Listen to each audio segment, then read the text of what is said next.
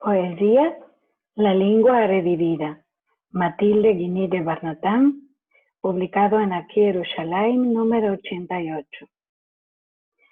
La lengua que sin ti de criatura se topa dentro de mi corazón. En mientras que la hablo y la escribo, revivo el mundo que me rodeó. Los cantes con que me endurmecieron y mis queridos están ansí con mí.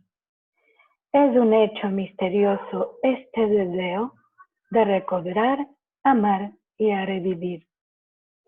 Y por esto no me demando mucho, continuando lo que dice el corazón. La lengua es la memoria de mi pueblo, un afalago y honda inspiración.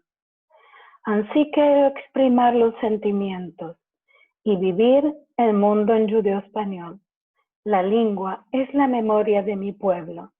Es un cante, un refrán y un dolor.